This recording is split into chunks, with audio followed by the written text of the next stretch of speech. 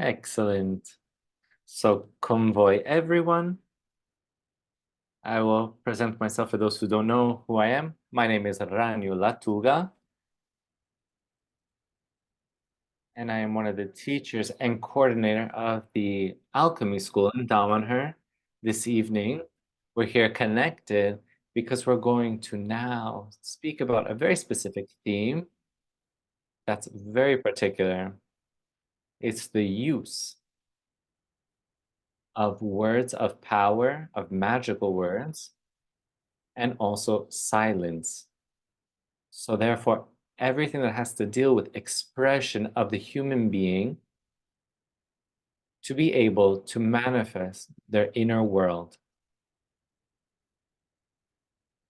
Now, as we see, we still have people still joining. We remind, of course, to select the right English interpretation channel, Italians and English for the English speakers. I hope you can hear me.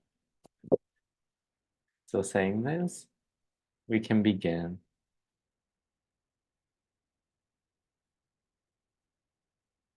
So it's a very peculiar evening, and I wanted to talk about this specific topic because it's not so easy to approach at times. And really, at a first approach, it's a topic that already we can say is connected to who practices specific things, connected to those who have a sort of background of esoteric knowledge or magic themes. Because why did we want to really keep this conversation open to everyone? It was opened really for a clear reason to understand how these arguments, these topics can be expressed within a specific path, a specific journey. So even to somebody who's coming close to this topic for the first time, they can already see and discover a series of intuitions about very specific topics. So now we will speak about the word as the maximum expression of our nature, of our spiritual nature, and our divine nature. How, in this case, as in many different books, is it cited as a word and word of power, like God said, let there be light, and therefore there was light. And it was through the word that light was created. And so from that point forward, there are many references when it has to deal with the power of word. So also speaking about the Bible in an example, you will give a name to the things, the animals, and you will have power over them. From this point of view, we can then begin to understand really how immense this characteristic we have as a human being, the use of the word. And how, and why did I want to distinguish this words of power and also of silence? Because the vibration creates a specific message. It creates anything that exists in this world of forms, in this physical universe. And to how to use this power, if not through ourselves, we are the tool of excellence, an instrument of excellence. We are constantly emitting specific frequencies from our thoughts, from our state of being, from that which we are, from our desires, our wishes, our fears, everything together. It's all in dealing with our basic frequency that is emitting a specific signal, and it comes back to us as a response. Because in magic, we say similar responds to similar. So seeing that we are an all-in-one, we are connected, our expression recalls and brings us again like a radio on a frequency that's very clear and stabilized. And that way we could then live and have experiences on that specific channel. In the same way, we can say that we once upon a time we were, moving the tuning handle of the radio to choose a specific frequency. We can do the same thing with ourselves, because slowly, as we're able to then put ourselves on a specific frequency, we are able to then transmit a specific signal on a very specific band frequency. And these are some of the basic topics that we need to know to understand and go deeper in to understand why it's so important, the word. So apart from everyday life, and apart from the parts that we usually know of, also our interactions between others, of communication, also verbally, between us, one another, to be able to share a point of view or our state of being, the word that we are interested in this case is what we will now go to touch in the aspect of alchemy and magic. During specific rituals, the use of words is always been used in order to amplify the ritual itself.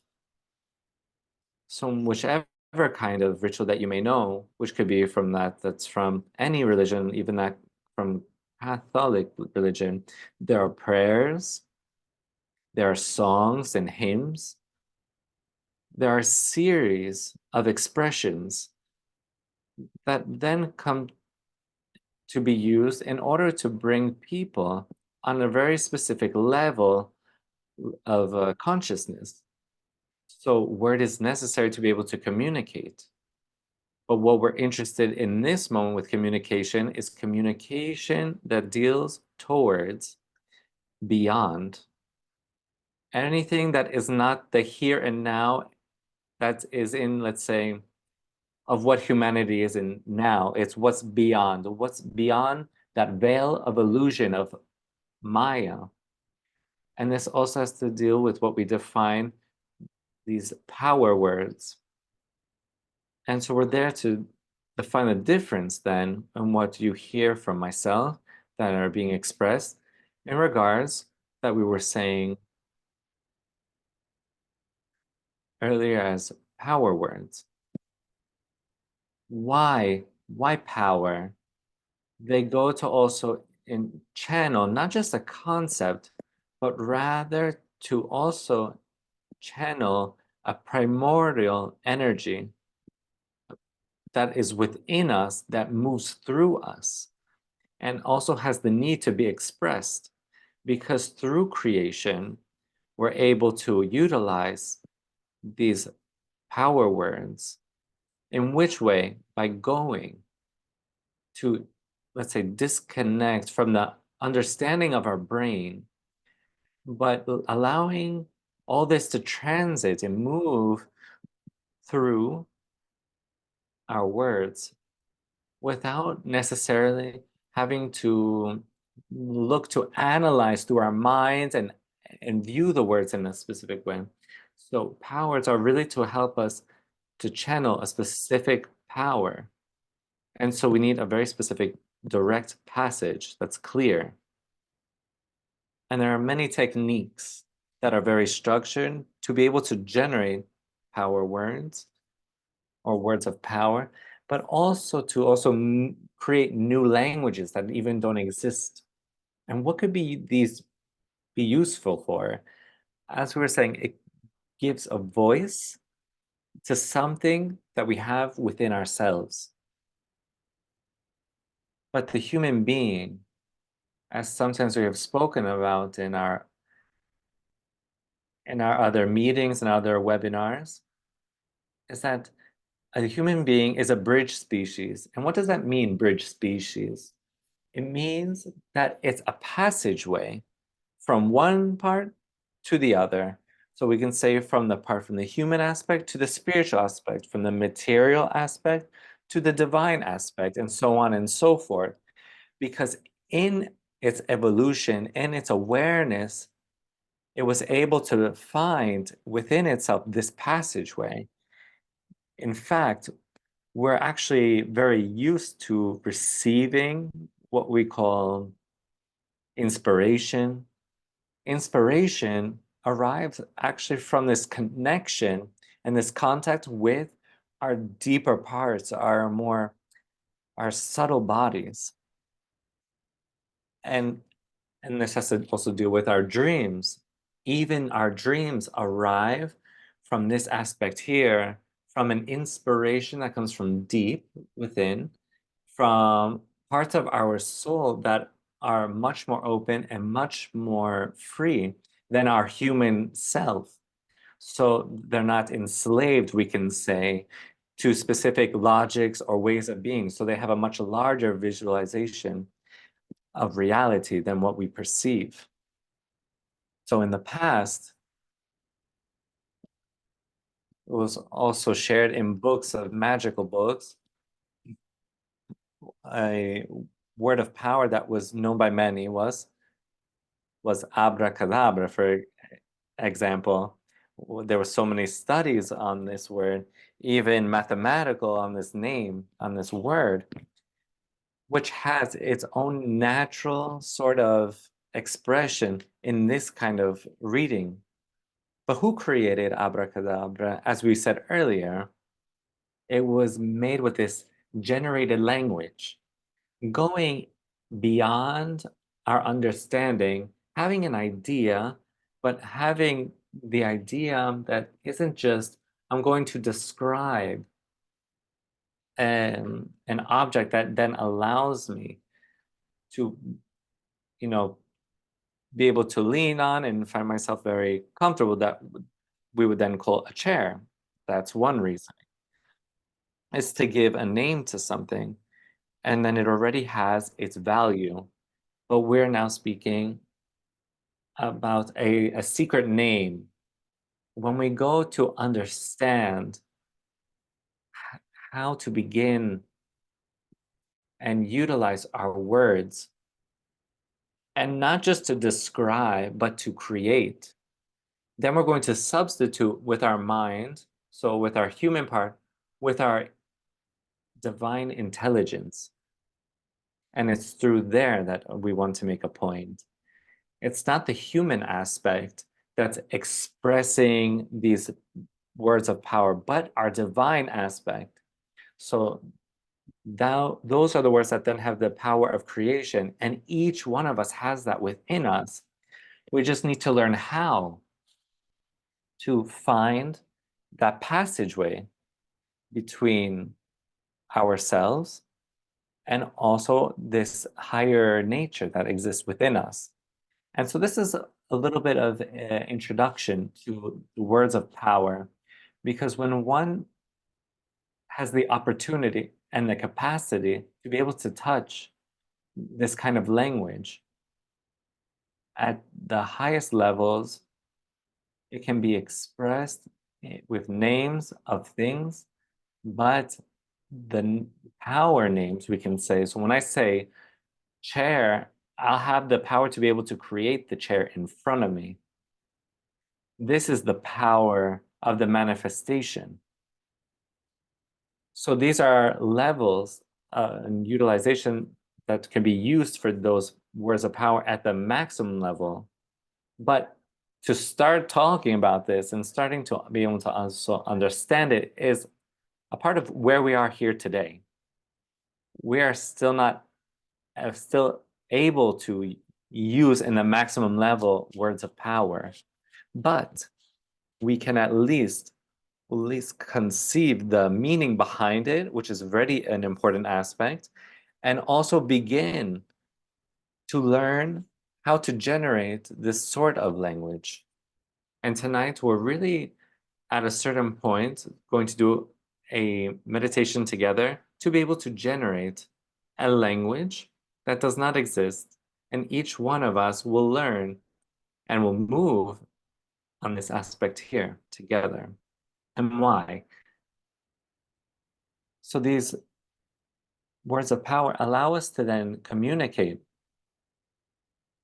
being with ourselves, but also with other aspects of our lives that otherwise we wouldn't be able to, just like with the utilization of our minds. And so think that we are made from so many different parts, and each one of these parts that in spiritual physics we call personalities, these are together of memories, of emotions, a collection of habits, of experiences, life experiences that then become a part of, let's say, our entire baggage of our soul, because our soul is a collection of many different people of different personalities instead of a one single thing, which already opens up a very interesting chapter.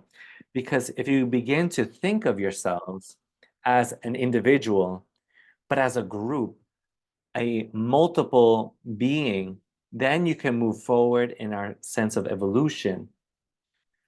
But to thinking about it is not enough, because the path towards illumination really has to deal with that who wants to use this team to communicate with one another and arrive to a harmony and arrive to a same direction, to be able to arrive to a specific objective together as a team. So to be able to do that, if we have like a soccer team, let's say, or any kind of sport, for an example, the different people inside of that group need to learn how to communicate between one another. And in what way can we do that? For example, one of these ways is through using words of power. So to give a voice to different parts of us. And these parts, these personalities that are within our being, are part of us. Where are they placed within us? Even within our physical body, where are they? We are an all-in-one. We have a body that's one piece, but there are many parts to our body. We have a liver, we have a heart, we have lungs, we have a brain, and so on and so forth. So you understand that all these different parts are working in together in unison to guarantee that our body that we're inhabiting in this moment has the possibility to be able to move, to eat, to run, to jump, to speak, to be able to sing, to do everything that we're capable of doing now. So these various parts that we define as personalities are allocated in each one of these organs. And it's for this reason that the ancient Egyptians, when they were mummifying, let's say the pharaohs, the high priests, and very important people, what did they do? They were using these specific vases where within them they would put inside what they considered the most important organs for them. So the seat of the soul of the human soul, as I would say. So they would throw out the brain. And why do they throw out the brain? Because the brain, regardless, it is very useful, but also it is also our youngest developed part of our body. So the elaboration of the human being, it's the last part that arrived. However, it also creates more problems for us because it always has the need to understand and analyze everything. And so we also give in our current culture so much attention and also reasoning, and sometimes even less to what is our feeling or what we feel or the other senses that we also have within our body. So the Egyptians put the heart, the intestines, and the different organs within these vases with the head of the different divinities to be able to protect and conserve them, to help also to free the soul from the body. So even if the Egyptians were bringing this sort of attention towards the organ, it's for that reason why I'm saying that it's super important, because it is the seat of the different parts of us, of our personalities. And so there's a technique that then we can go and find out together, to also experiment together, that will allow us to give voice to our organs as well. So each one of us can also choose to speak, if maybe their heart or their own intestine, their stomach, rather than their lungs, or whatever it may be, and which is preferred. What's interesting in this case is that learning to generate this language with these words of power, these parts finally will have a voice. And why is it so important to give voice to these parts? So in our modern society, we're used to knowing and considering the human body almost like a car. We change the parts, and these parts, when they're not working, we have to repair them, etc., etc. But these parts, these pieces, as we were saying before, are not just mechanical and metallic. They have parts of our soul. And so when there are parts of us that are sick, it lost the equilibrium with the other parts that it's associated with. And the first thing to do in order to enhance and make better and understand what happened is to give voice to those parts, and then to begin to understand what happens and what has happened. So when you instill a specific dialogue, then we're starting truly to amplify our awareness. It's a specific topic that we'll leave on the side for now, because we'll talk about it later. And now we'll open another aspect that's very fundamental, that has to deal with the other side of the coin, which is from the words of power. Therefore, silence.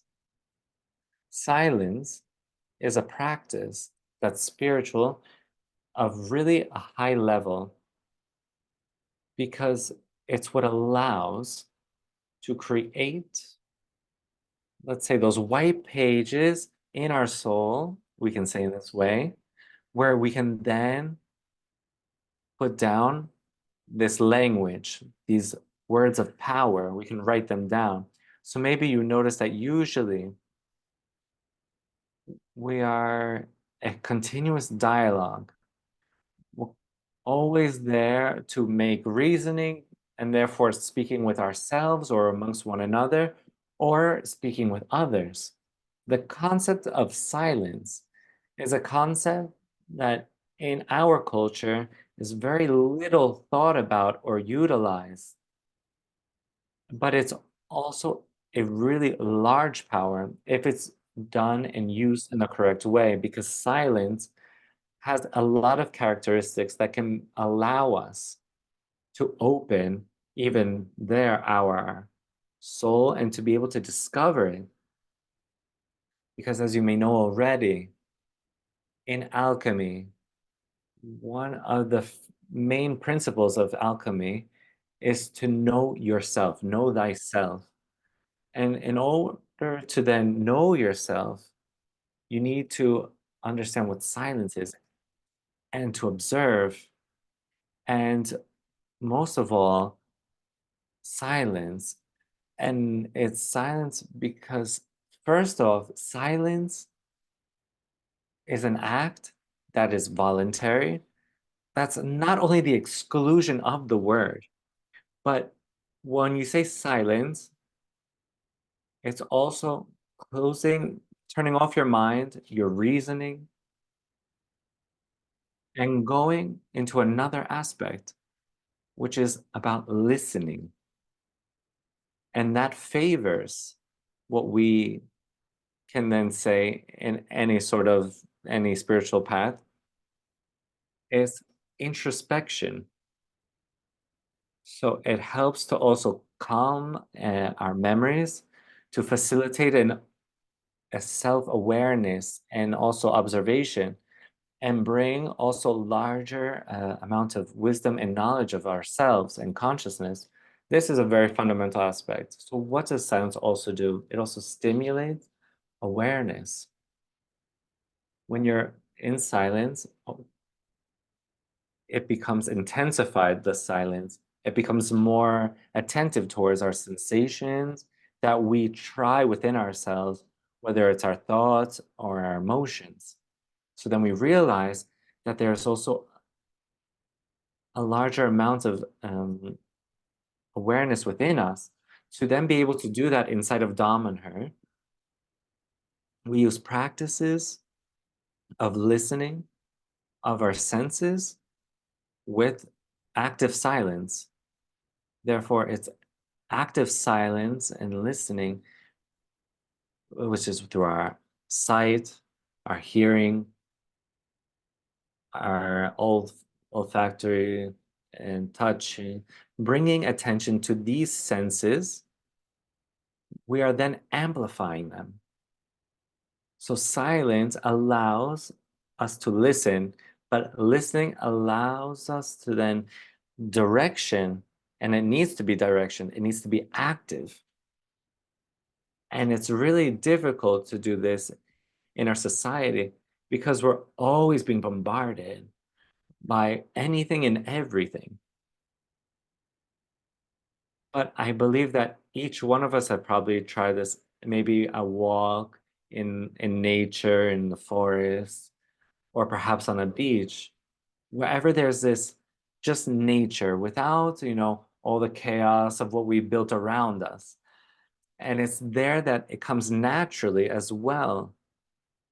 This opening of ourselves towards this practice, this spiritual connection through silence. Because when we affirm and we stop this constant, chatter within us and having to reason, we can then become aware of where we are, where the world, and what the world wants to communicate to us.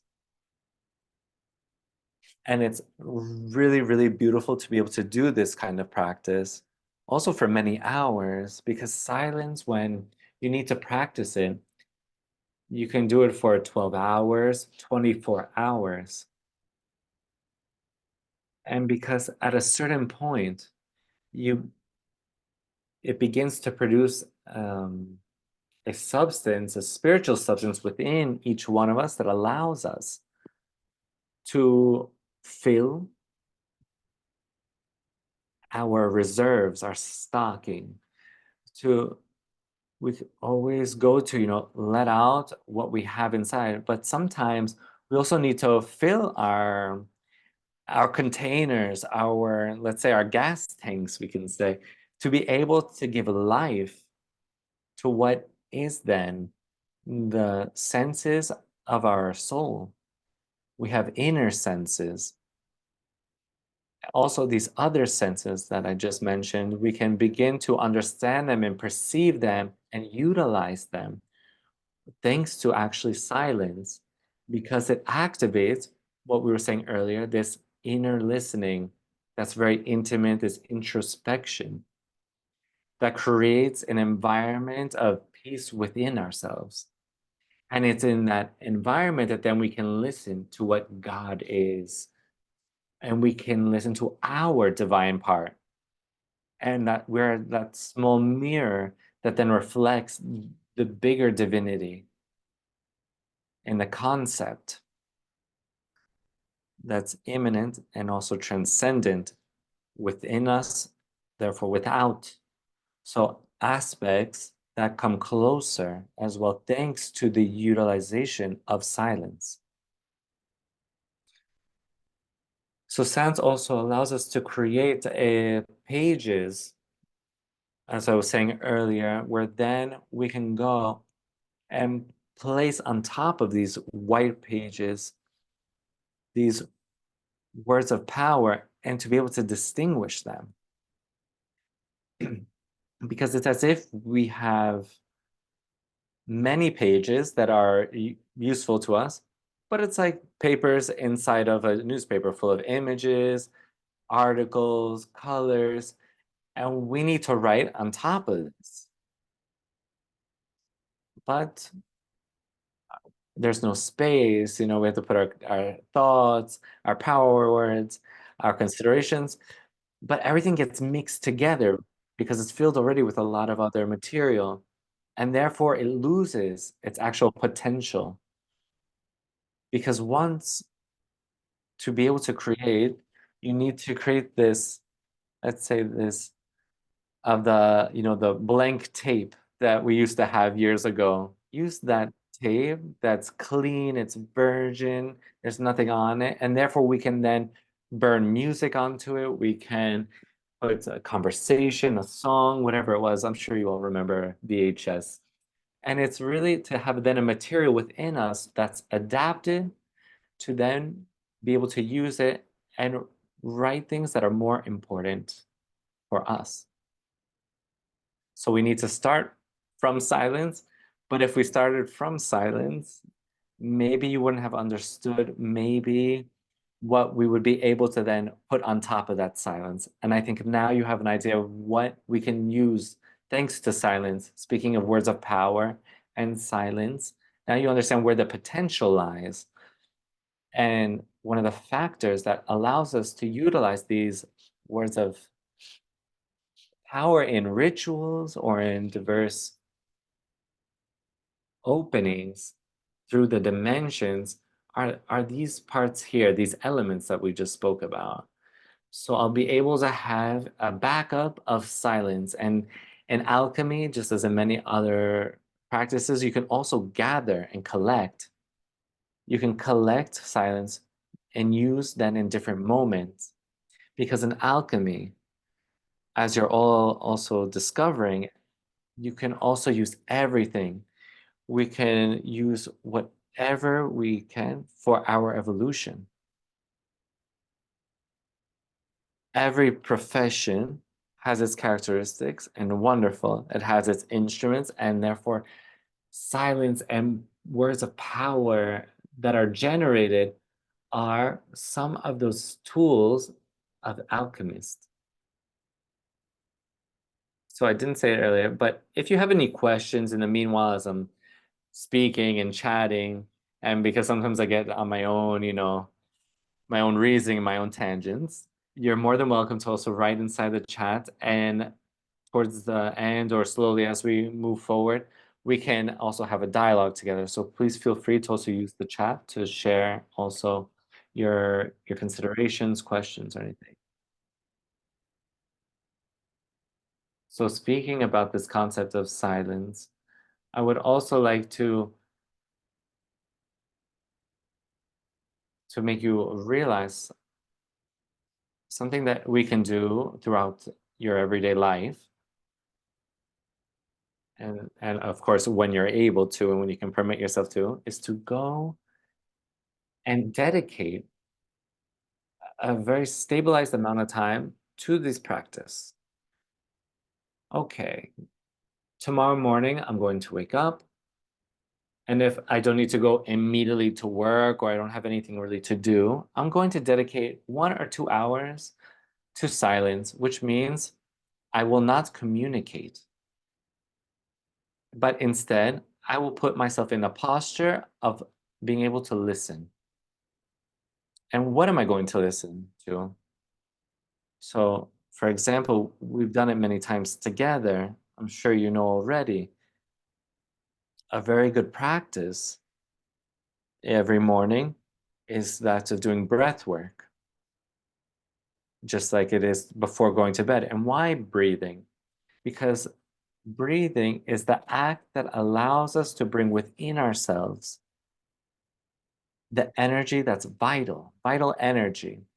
And when we do breath work with a desired act of listening, we can then hear and feel this vital energy where it wants to deposit itself and also permeate within our body.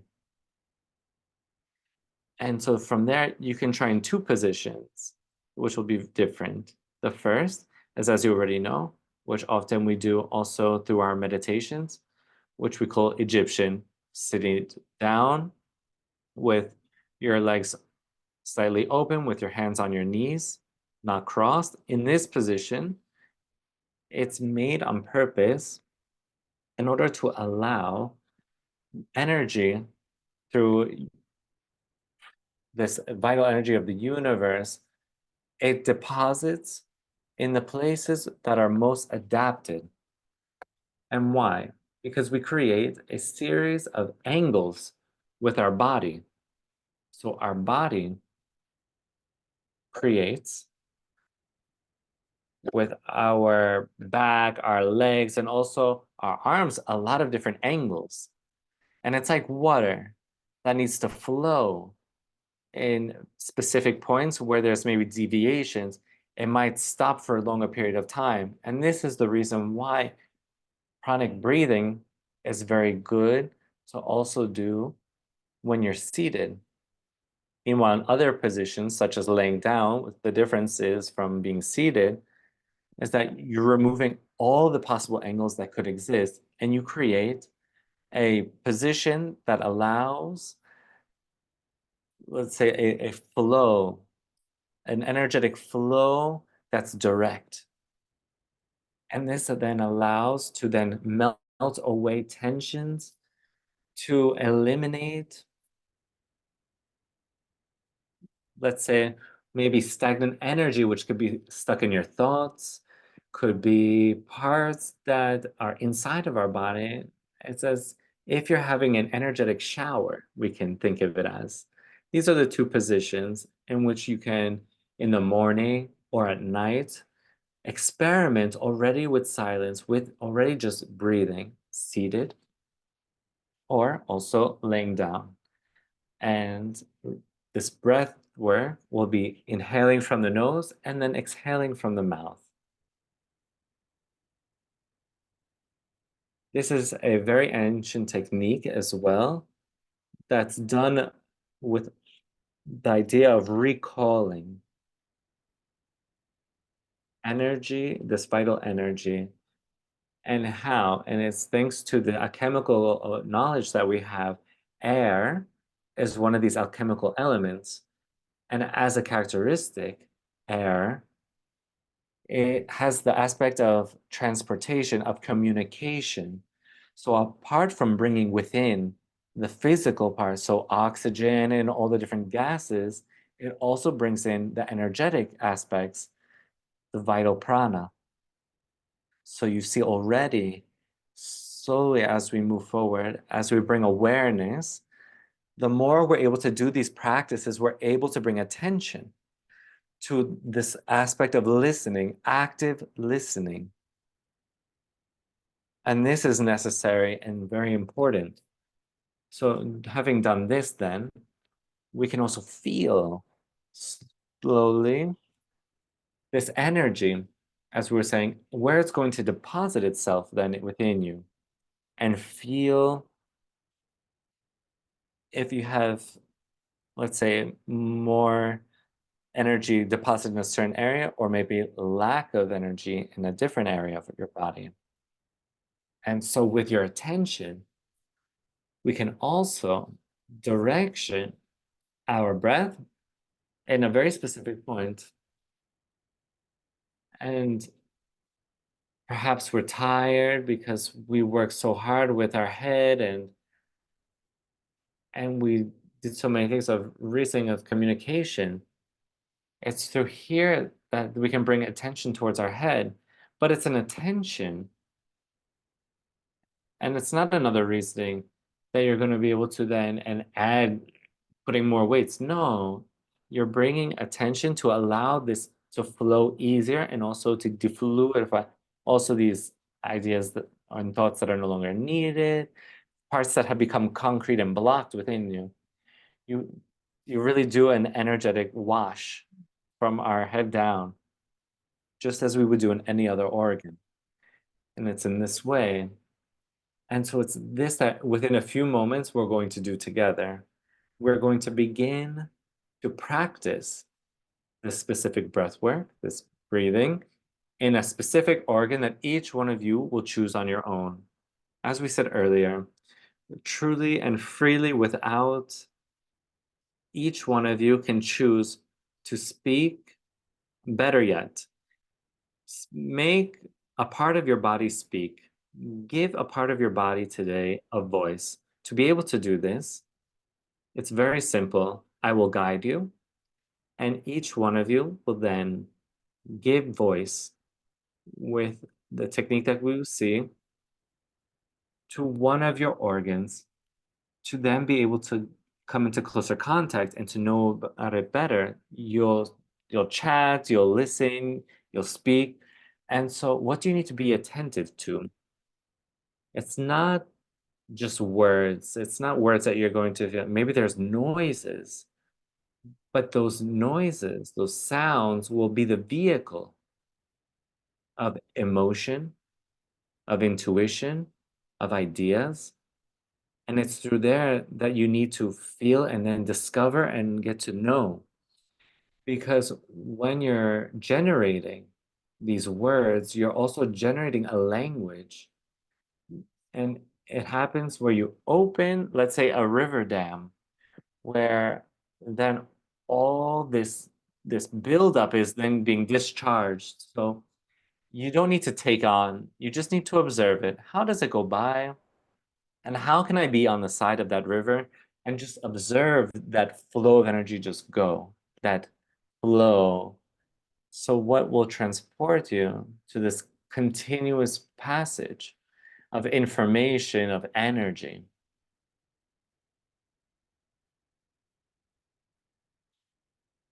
So, I hope more or less you've already understood what we're going to go do because, as I said, we will start this very specific meditation. Who wishes to join and continue with this alchemical experiment together to give voice to one of our parts connected to one of our physical organs, our heart, our lungs, maybe our throat, our brain. You choose the organ that you want to make speak today. All right? I see all of you are very concentrated, but remember, if you have any questions, this is the good moment. So then we'll move forward. Then we'll move forward with this exercise. So if you want to write anything, please do. This is the moment, and we'll read as time goes. All right.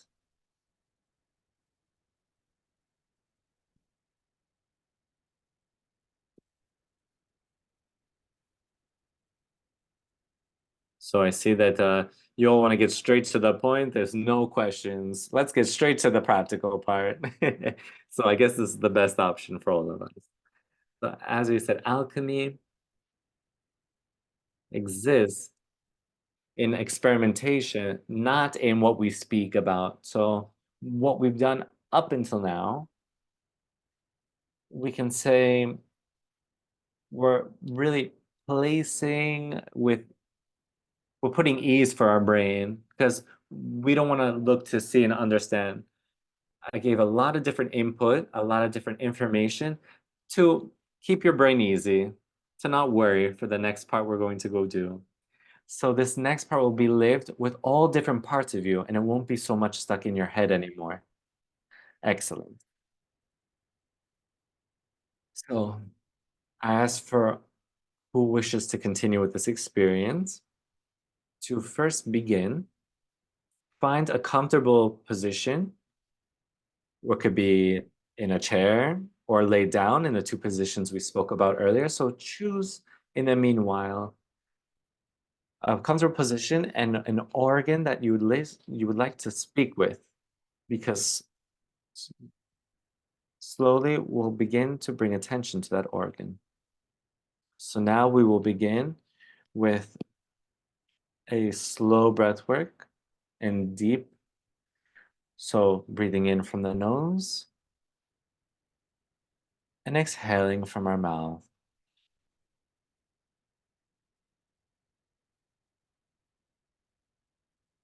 We breathe in from our nose, inhale from our nose.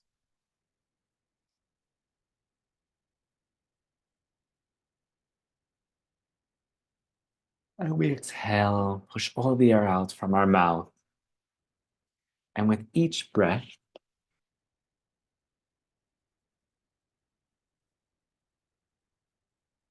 we will begin to feel the weight of our body, whether it's seated or laid down. We begin to perceive our body. We feel our hands, the heat from our body being emitted. We also hear the noise of our breath, and this all allows us to relax and to listen.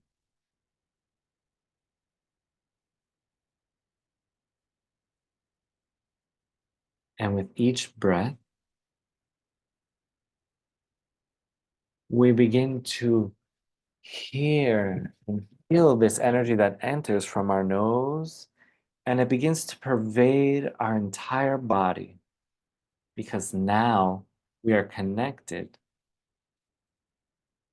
in a specific energetic container, where in this moment, during this experience together, we can breathe and bring within us what we call basic prana, so the vital energy of the universe, but the more refined version, the most pure version.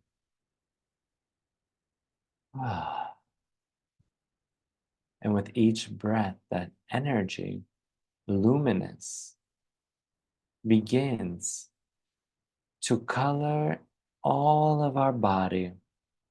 It begins to fill our body with a luminous color and bring this sensation of well-being, but also of well-being. Breathing in from our nose and exhaling from our mouth.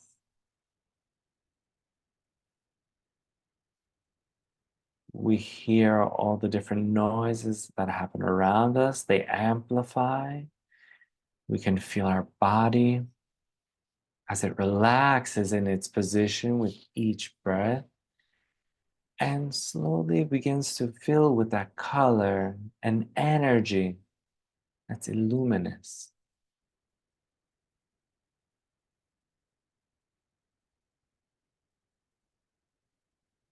Starting from our feet, it's as if there's this blue wave that then begins to rise up.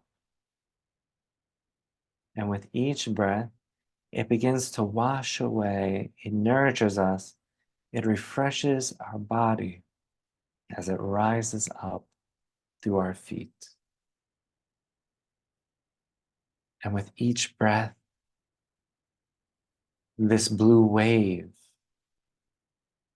goes up our legs, to our knees, through our calf muscles, coloring our legs completely in this fresh blue light, like a wave from the beach with this blue color. Continuing to breathe, we feel it flow, this blue wave, as it washes over our legs and it arrives to our hips, filling our legs with this blue color. It comes and goes, it brings energy and washes away all the tensions that may exist in every point of your body that it passes, that you no longer need.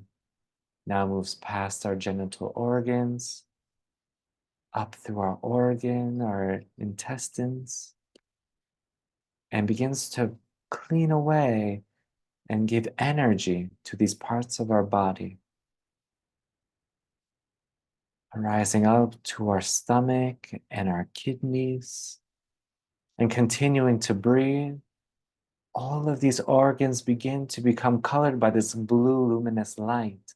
And you can feel the freshness, this cool energy going to our pancreas, going to our liver,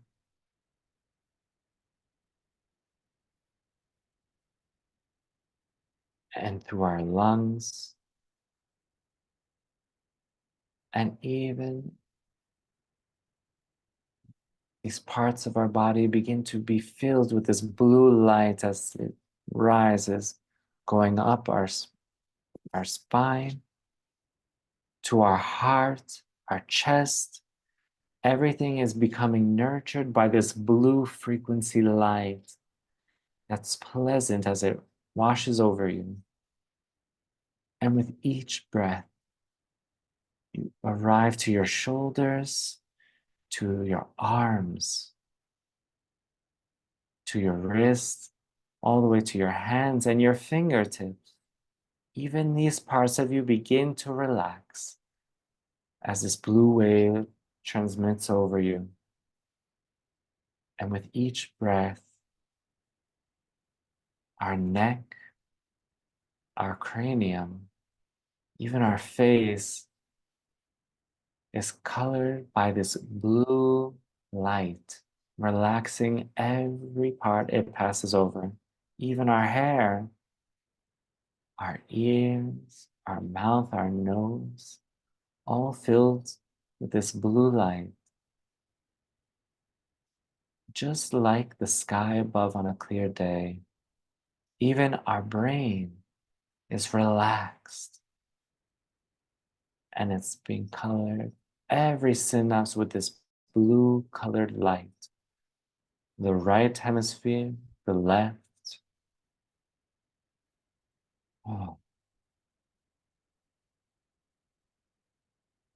excellent. Now that our entire body has been colored with this blue light, we will now bring our attention to one of our organs.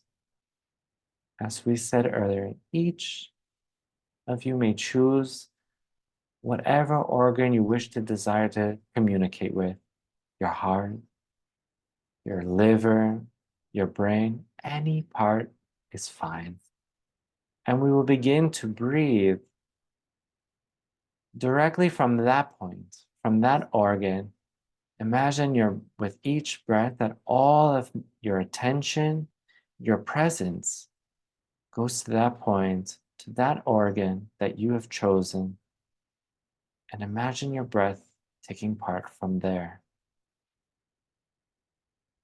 Observe and listen to it, perceive it, thanks to your breath. Breathing in through your nose, bringing energy and air, attention to this organ, and allow it to flow through. Let it all come out then from your mouth.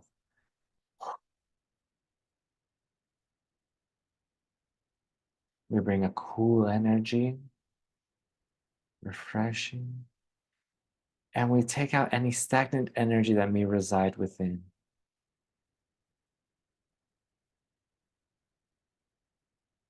Excellent. And now that we've brought our attention to a specific organ, and we're continuing to breathe with our organ, we can begin to express our desire to make this organ communicate and for us to be able to listen as if we were in this complete silence, but this organ in a few moments can then speak. And with each breath, continue, we bring always more energy to this organ, to this part of us. And we're going to nurture it, we color it, we are vitalizing it, we're giving it vital energy.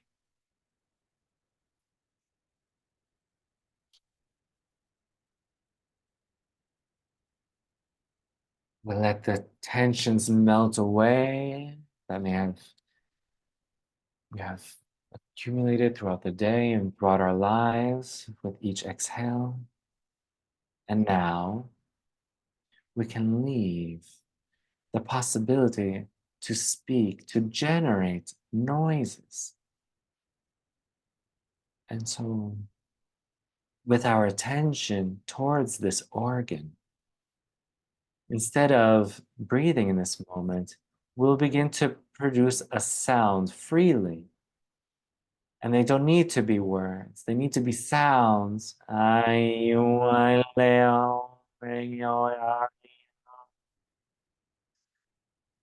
it be free. Anything that wants to come out of you, allow it to speak.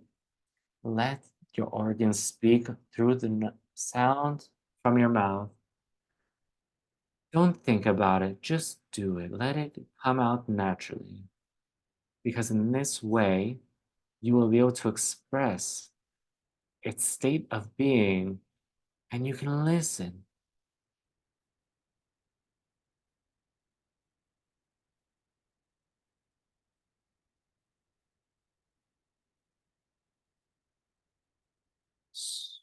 Their words, their sounds, their syllables, anything, their hymns, their songs that come out. Allow your organ to come out and speak. And as you speak, observe and listen to what your organ is beginning to say.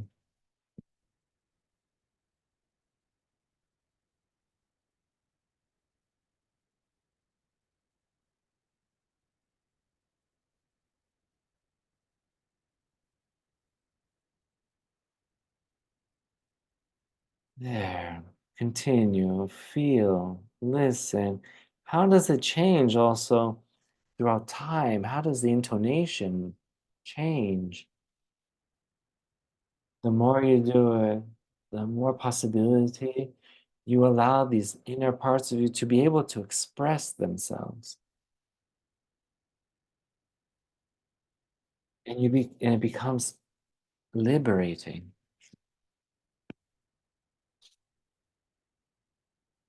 Continue because this is the way in which we can give voice and also vent away what's being lived by our organs and understand what is happening.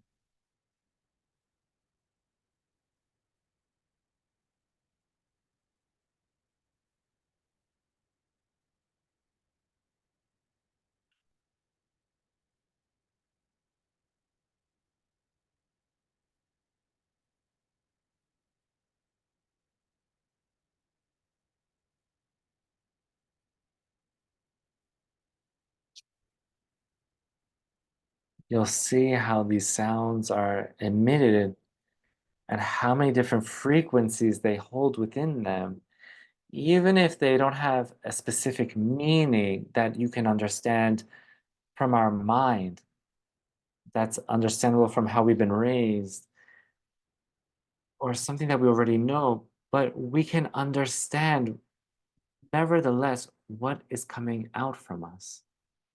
And now, let's return back to breathing again with this organ. Breathing in through our nose and breathing out from our mouth.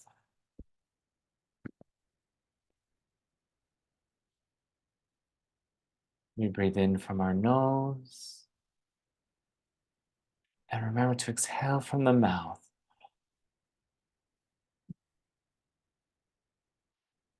And we're going to give a sense of gratitude, a inner smile towards this organ that we open this communication with,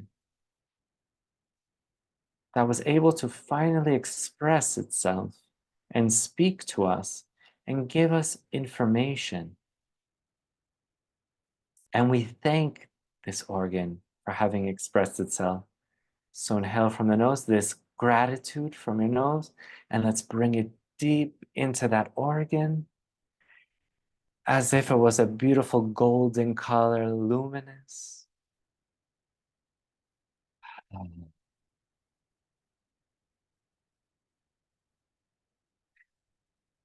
because the fact that we're able to communicate, to unite these parts within us, are one of the most sacred acts that we can do in our life.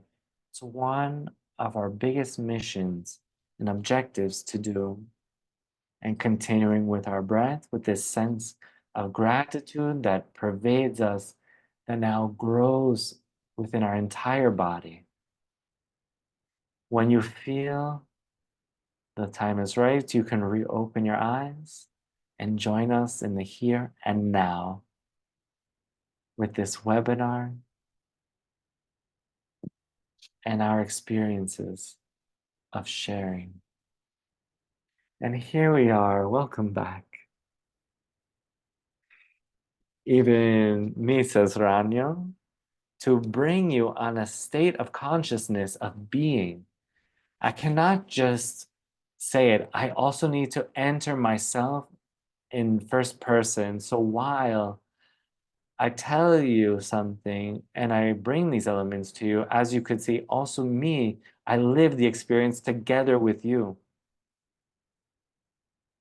And it's an experience that's always very beautiful and profound, and it's very touching. All right. So if there's anybody that would like to share perhaps what their experience was, you can write it. You're more than welcome to let me know how it went. And then there was a question also from Dani that asked, when you speak about exercises of silence, do you mean total silence?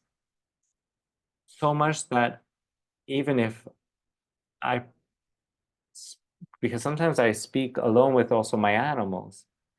So when we speak about silence, it's no communication, not with animals, not with ourselves, not with other human beings, nothing.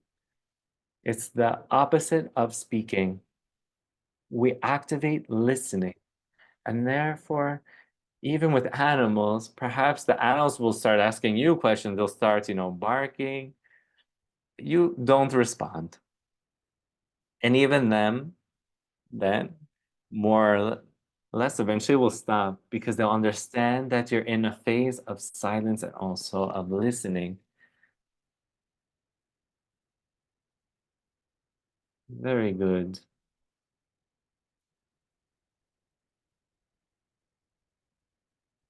Sandra, thank you. Thank you for sharing that. It was a beautiful experience. And yes, Rania shares, this experience opens really to the communion with our inner worlds. And we are made out of so many different parts. And we don't know still all these different parts that are contained within us. But we can always go slowly towards opening ourselves to communion between one another. And why is this? Because as I was saying, the concept of illumination is when all of our parts know each other, that love one another and respect one another like a happy family. So it's really that. It's about creating with awareness within us, the idea of having a very happy family that exists within us, made of many different parts, a mother, a father, mother, son. We have the masculine, we have the feminine principles, we have the older parts, the younger parts, the more wise. We're a conglomeration of many different parts, and they bring to us our treasure. And each one of these parts is able to give us very peculiar and particular talents and define our characteristics.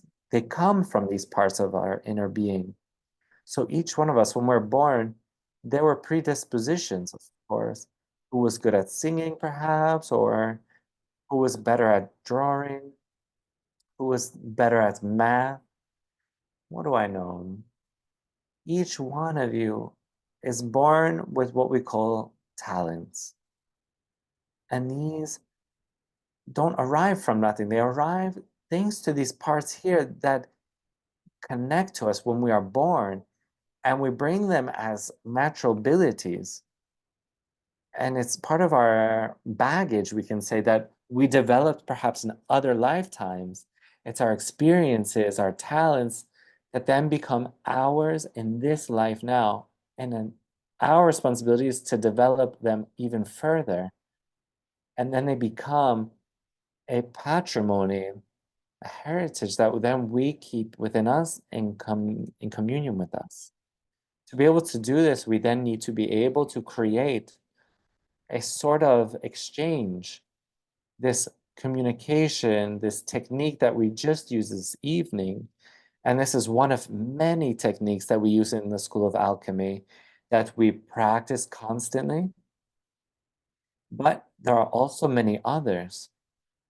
And as we know, we also have retreats that we offer in person during the summertime.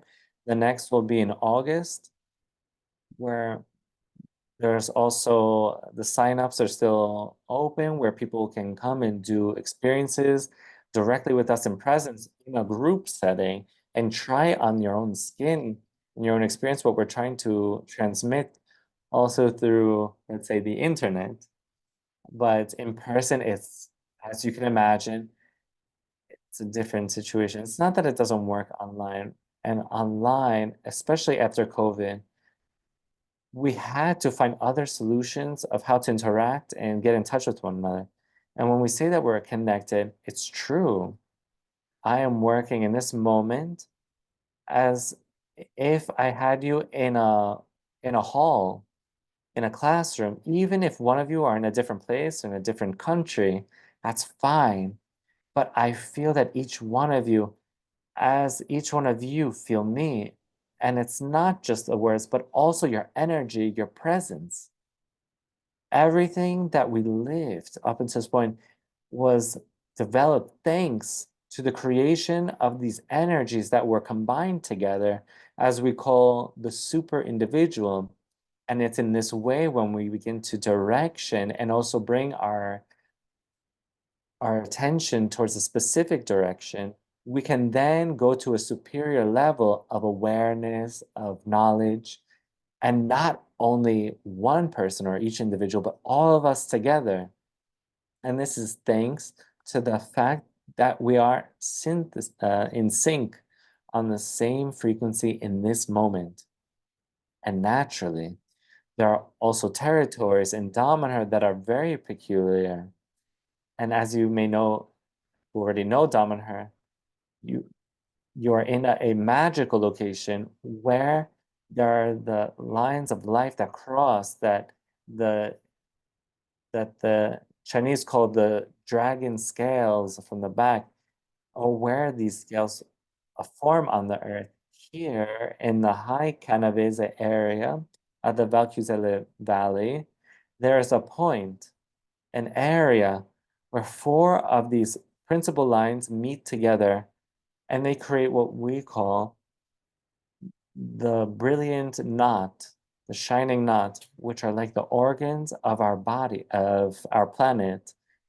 Even our planet has organs, as we have a heart that have different functions, but where there's an organ, there's more life, there's more presence, and coming here, you can feel it. So I invite all of you, even if you wish to continue with the school with us, but even just to visit if you want our spiritual community. Because even just to feel this energy very peculiar from this area, to visit the temples, this work of art underground. And here I can say, because we just did a special lesson about silence, it's about really increasing this intimate silence. So if you go into your mother's womb, there you find also greater silence and therefore a greater intimate listening. And that's why the temples for us are underground and not like a skyscraper above the ground, because we can amplify the sense of silence that's intimate and also in its way able to listen to all the different parts contemporarily. And you can really hear and feel the difference when you do a meditation in one of these halls of the temples of humankind or in a usual anywhere kind of place. There's another, Francesca writes, at the beginning, I decided a different organ, but certain part of my vertebra brought my attention, and so I picked my whole spinal cord. So it was a beautiful experience. And Ranyo confirms, so you heard a message that came from the body, and it's important because it helped guide you to another area. So the last level of communication, the last cry for help is illness and disease. When we get sick, it means that we didn't listen. All the messages that were arriving to us time and time again. And so the last thing where, just at the end, when someone yells, even our organs yell back at us. So when we can't do it anymore, they scream and ask for help. And that's what illness and disease is. It's a cry for help to listen. And so now we have a larger responsibility now that we know a little bit more and better how we're made. We also have the possibility and also the obligation to listen to ourselves better. Because when we have an illness or a disease, we need to try and also listen to what it is. It's not enough just taking medication and silence it out. No, it's the opposite. Listen, what is the illness telling me? And of course, we need to, of course, cure ourselves. I'm not saying to not cure yourself anymore and let everything to happen and you just listen. No, of course not. But perhaps there's an activation that you can concur that activates this listening. Because from that point, as you can see, by listening, we can add words that are generated, these powerful words of power that then bring outside of us messages that otherwise we would have never been able to express and bring outside of us. And it's the same for many other things. Words of power are what then open the passageway between dimensions. So in tradition, there are, and I'm talking about, a chemical, magical, esoteric tradition, words of power are usually used to generate a dialogue with the spirits of the elements, of nature. And so you can understand that it's really big, the power that lies within the words, because it can open up dimensions naturally together with a series of procedures, also a ritual procedure, of course, but the word is what really opens these portals through these dimensions. So think about it. And it's really interesting to think about this because they're experiences. And I did them personally, but also many others did it in school. And they also learned and developed, starting from speaking and beginning to understand the language of the vegetal world, that it's also a world that's completely around us, surrounding us, and it's completely alien to us because we don't know it yet. This language, we still don't know what the plant is telling us in our house, or the huge tree that's every day you see on your way to work. Even if there's a consciousness, an emotion, there's a life and intelligence that's not like ours. It's actually different. But different doesn't mean that it's inferior or superior. It just means different.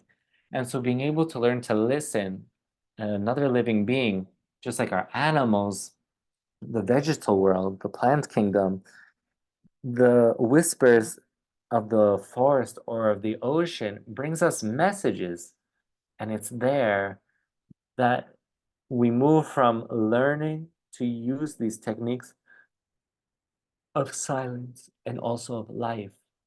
From the moment that we can begin to hear and perceive, at that point, we can also communicate. And it's really work that's really interesting. Roberto says, thank you from Genova. And Rania says, you're welcome. These are all aspects that are very interesting because they allow us to open to the possibility of living in a world that's much more larger and expansive than what was told to us. The world we're immersed in, that we're present in now, is really vast. It's just we see only a small piece of it, a fragment. So remember, our senses, there are five typical senses, aren't to perceive the world, it's to limit our perception. Because the information around us is so much that we would be oversaturated. So these five senses are to help limit this perception information, but being able to learn how to use them in the proper way and also amplify them and saturating these specific senses will allow you to open up, as I said earlier, towards the other senses. Let's say senses that are on the border, which we call the heart, the skin, the mind. These are other senses that we speak about in Damanhur that also touch our soul, are more emphasis the sense of exchange, of the divine, of dreams. We have many different senses. And these are different topics that maybe in the next webinars we can also talk about. So these are all parts of the alchemy school in our journey, in our path that we offer. Because in the alchemy school, the idea is to evolve. And what does evolve mean? It means to know thyself and therefore to know the universe. To know yourself, first you need to observe and know yourself through different rituals, through different practices, and then open yourself towards the universe, what's around you, apart from you, or beyond you, to not just be, just a drop in the ocean, but the ocean itself. So, who enters into a path of alchemy, you have to have the objective to truly make a leap of quality within yourself and not to be better than another person. Absolutely not. There's no competition. It's our nature. And it's through our nature that if we're able to nurture it in the correct way, it grows and develops even better. Just like a small seed that if you put it in the proper land at the right level with the right nourishment of water, time after time, it will begin to sprout and bloom and become, we can say, an oak tree, immense. And that's what we need to do. We need to become, each one of us, ourselves. We have our DNA that's physical, but also spiritual, that's very important. That also indicates to us truly what is our destination, our destiny, and what our being is, where we need to arrive to, what is our opening. So with alchemy, we really go to nurture ourselves to be able to grow and evolve even faster. Not, let's say, from a normal experience that we can have in, let's say, in quotations, a normal life. So thank you, everyone, really so much for this evening. I wish all of you great, let's say, steps forward in your personal knowledge and your evolution to also be in the moment that you decide to know yourselves and you're able to become the boss of yourself and express the best parts of you to the world and help the world itself to grow and evolve. we need so much help in this moment. So thank you, really, all of you. I wish you all a great evening, a great day wherever you are, and a great alchemical dream wherever you are. We'll see you soon. Convoy. Have a good night, everyone.